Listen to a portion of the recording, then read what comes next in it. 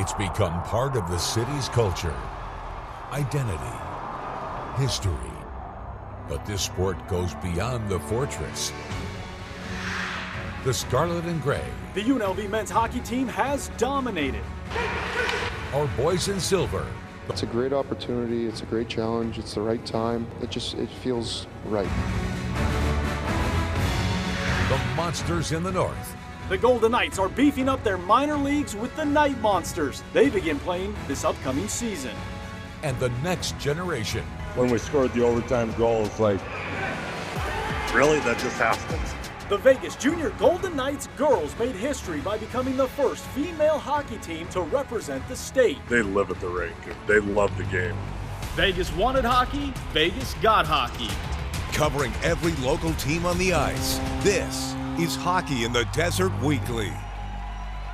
Welcome inside a holiday edition of Hockey in the Desert Weekly. I am your host, Vince Sapienza. The Golden Knights continue to be the cream of the crop in the National Hockey League, while the Silver Knights are looking like cellar dwellers in the American League. But we are keeping it positive tonight, so let's fire home a snapshot of what is in store over the next 30 minutes. We're going to look back at one of the feel-good stories from Henderson. I go one-on-one with the only Vegas-born hockey player to be drafted in the National Hockey League. Plus, I show you firsthand what it takes to train like UNLV hockey and the Skating Rebels. But first, before we burn off the calories, let's pack them on a little bit. It is the holiday season, and that means the food feasts are running rampant. But I can tell you, no matter how much you thought you put away on Thanksgiving or what kind of damage you think you're going to do during Christmas dinner, no one is putting more food away in season than the Golden Knights.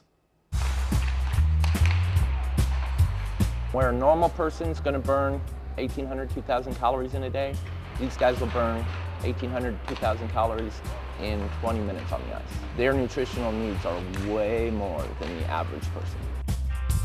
It'll be scrambled eggs, bacon, sausage, some kind of potato, breakfast sandwiches, frittatas. And then we have a cold bar set up with yogurt, vanilla yogurt, plain yogurt, fresh fruits and berries, nuts. We also do a live action omelet station. Any way they want, we got 17 different options that they can eat.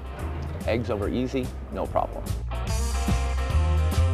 Believe it or not, a peanut butter and jelly station with almond butter and peanut butter and jelly and bread.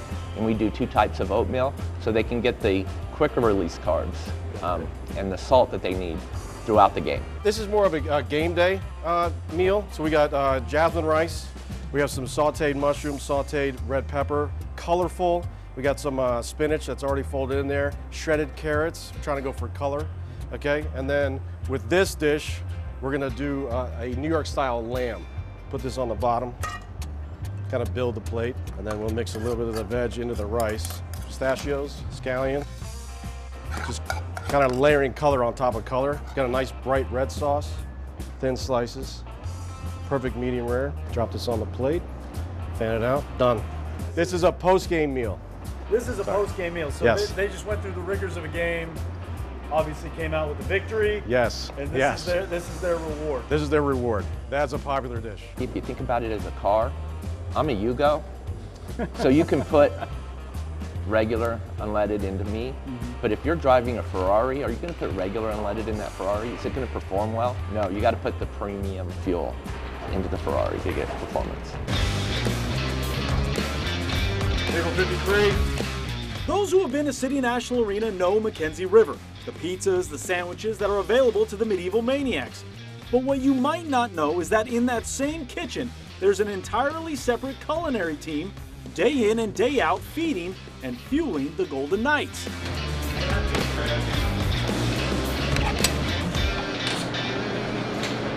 Brian Perkins is the executive chef for the team, and like Carlson, McNabb, or Theodore, he's been here since day one.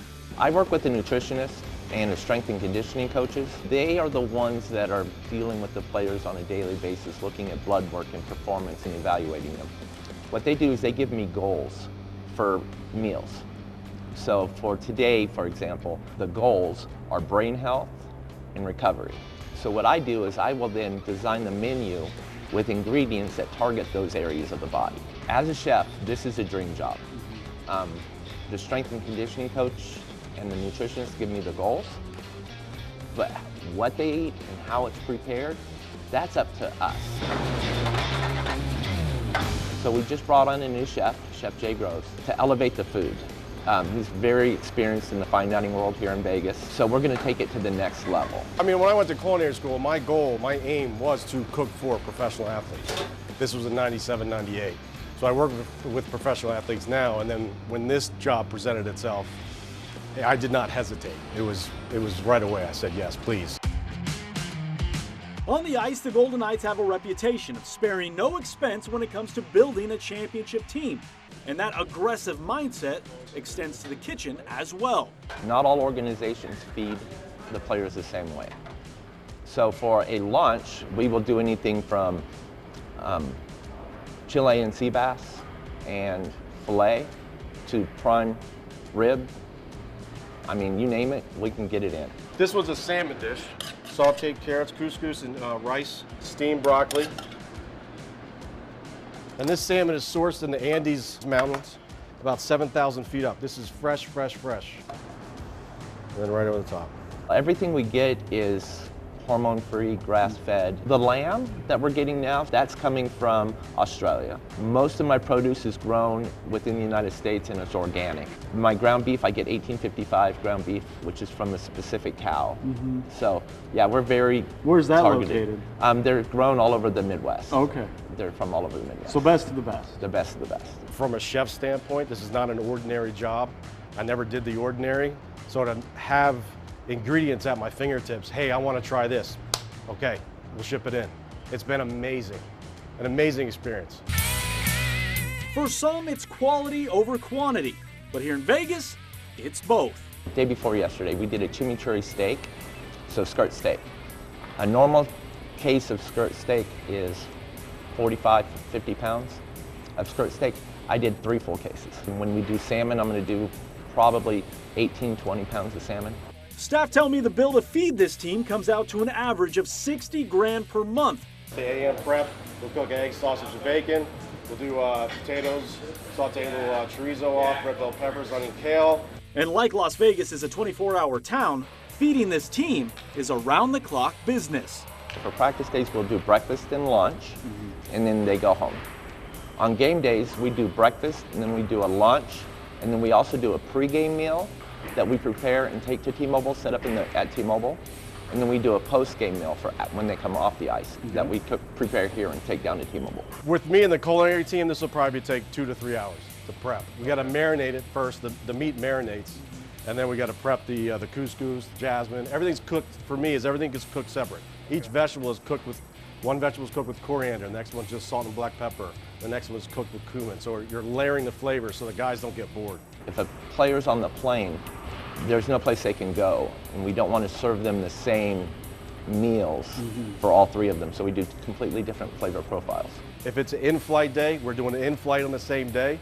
That's usually 55 people, and that's cooked, cooled, and then plated, and then packaged, and then we ship it down to the airline. That's the hectic day. That is the, and if it's a hectic day. In the eyes. We just had one yesterday. I just heard in flight. Yeah. And his eyes kind of like fluttered a little bit, like. And if it's east of the Mississippi, we have to do 2 meals. So it's 55 plates and then 55 plates again. So 55 fruit cups, 55 salads, 55 entrees, 55 desserts. We build menus catered to them for what the strength coach wants, what the nutrition team wants, and my culinary team make it happen. So team helping team, supporting team.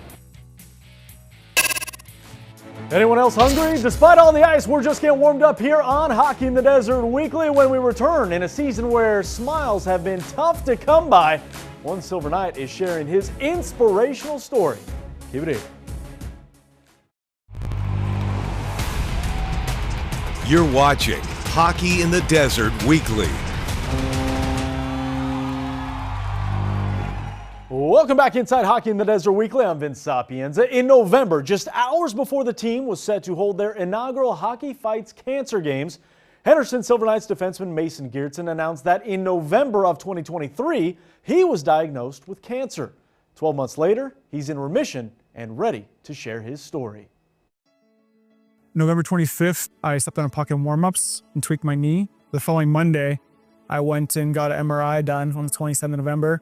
when the MRI came out, my bone marrow looked a little weird. So they were kind of worried about that. So I went and got x-ray done after that. I got some blood work. And I know the doctor wasn't sure what it was, but they wanted to get a look at it. So after the season, they just wanted to check in and see how it was. And it had gotten worse in my bone marrow. So they were obviously worried about that. So then I went to California, got a biopsy. And 2 weeks later, I found out that I had B-cell non-Hodgkin's lymphoma in my joints, in both my knees and my left hip. Well, obviously you're taken aback anytime you heard the word cancer, something that's affected all of us. But I think the thing that struck me was the positive outlook Mason had, the thankfulness for the discovery and how it was discovered, and then the willingness to fight and obviously take on cancer. Not surprised one bit. His personality, how he plays the game, how he is just a stand-up person and player, and I think that's what it was with his fight against cancer. Early screening, detection, treatment, all those things. Just a support system. If we can brighten somebody's day or play a hockey game to support cancer, I think that's important. I got super lucky, especially in the profession I am, and hurting my knee was probably the best thing that ever happened to me, for sure, which is crazy to think about. But currently I am in remission. I got treatment before the season. Everything's looking good right now, so we're kind of just in observing it phase, and I just completely changed my perspective on life and everything, like getting to play every day and come to the rink. I'm definitely excited, and I'm definitely grateful every day I gotta be here, for sure. With the right mindset and the right support group and like that, you can still live a normal life. I think that's the biggest thing. I want to thank the Golden Knights and everything for how much they have been there for me, my family. I'm truly grateful for everything they've done for me during this journey, for sure.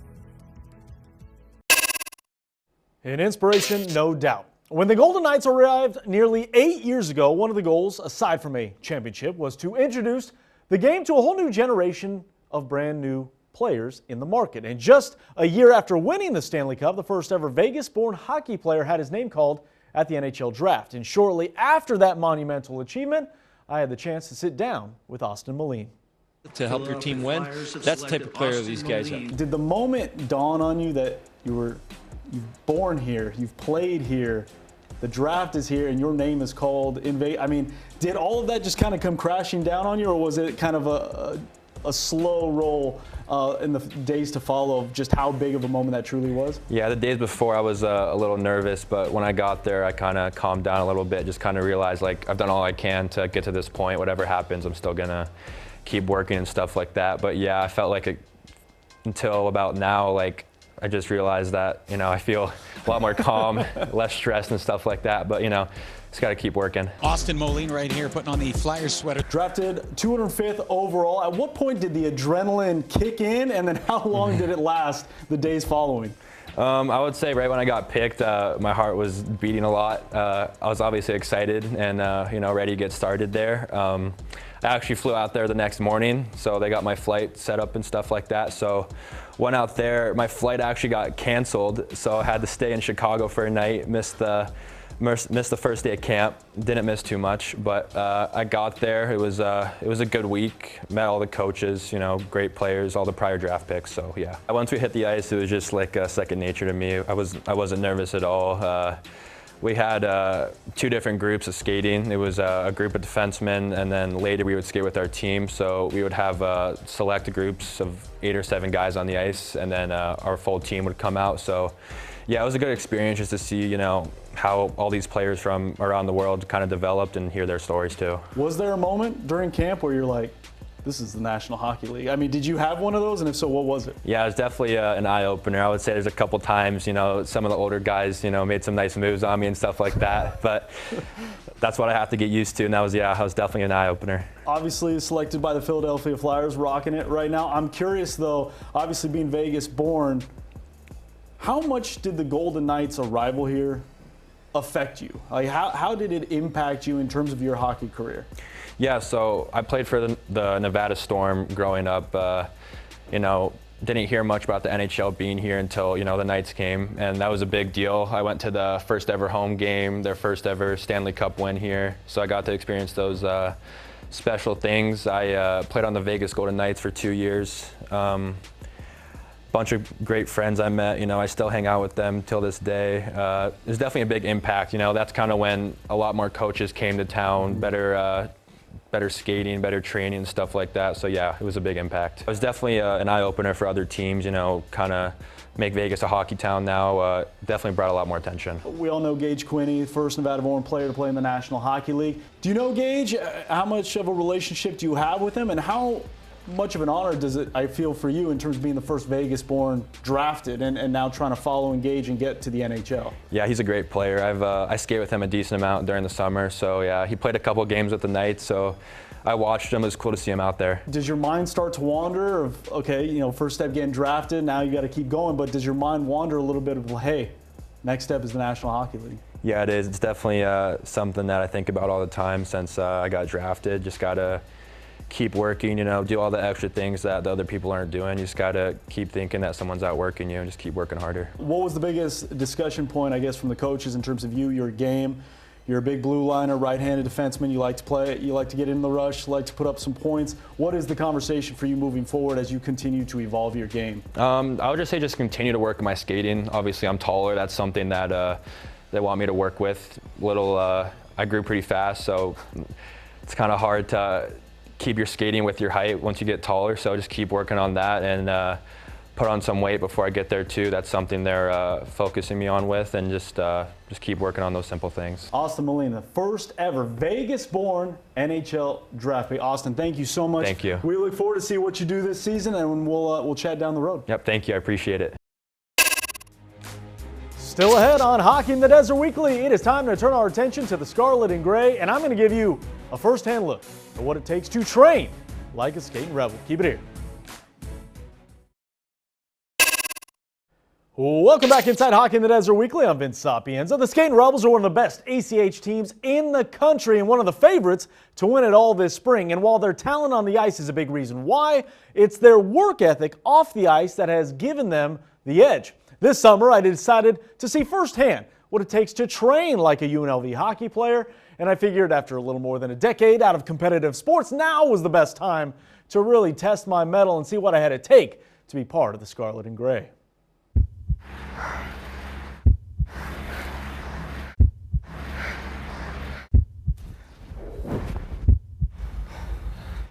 Need a fan on you? How you feeling?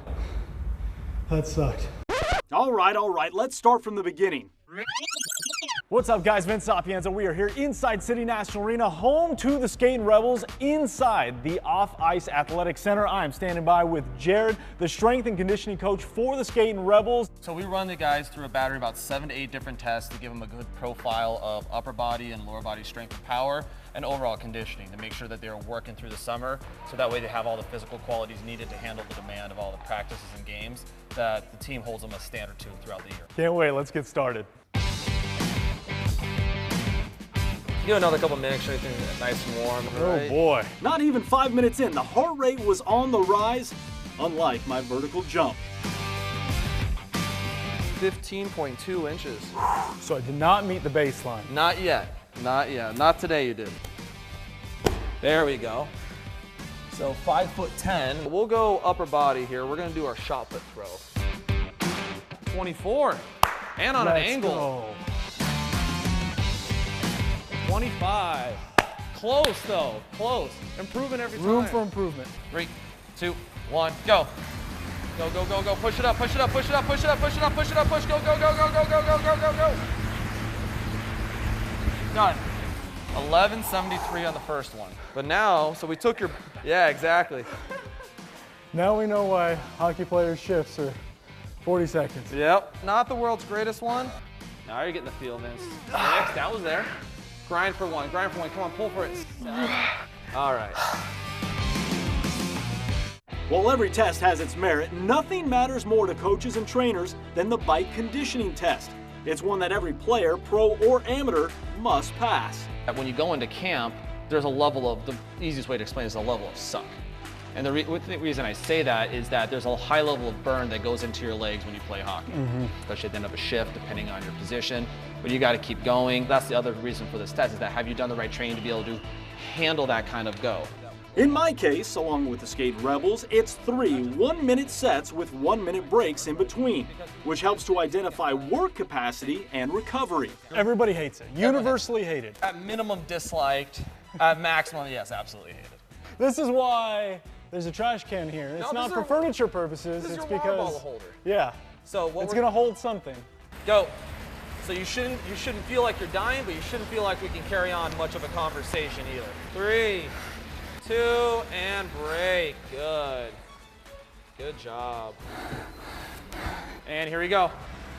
Now it's that, how can we hold on to it and go? 3, 2, and done. Good job. Finish the minute. This is where it's more guts than glory here. Everyone's numbers are going to be different based on height, weight, size, body mass. However, I did not hit my goal, though I did finish. 5, 4, 3, 2, you are done. Atta boy, Vince. That's crazy. We would have some work to do. We got some work to do. Well, Jared, I appreciate you. Of we got work course. to do. Absolutely. I will see you in August. To be continued. Thankfully, we're taking one more break here on Hockey in the Desert Weekly. When we return, it is time to clear the ice. Keep it here. Welcome back inside Hockey in the Desert Weekly. As you continue to unwrap your gifts, we are wrapping up our holiday edition of Hockey in the Desert. And to do that, we got to clear the ice. And how can we do it without the man, the myth? Look at that. Look at the wink. Look at just the sauciness. Oh, he's on the break. It's Jackson Sapienza. I think I know him. What a shot! That wasn't Jax, but he did have the assist on that play, so it was phenomenal nonetheless. Look at it. Look at the skills. He's just leveling up his first season. Gets his first goal. Look at the celly, acting like he's never been there before because he hasn't. That was his first one. That's him winking after the game. It's all about family. 'Tis the season. Thanks for joining us here on Hockey in the Desert Weekly. We'll see you next week.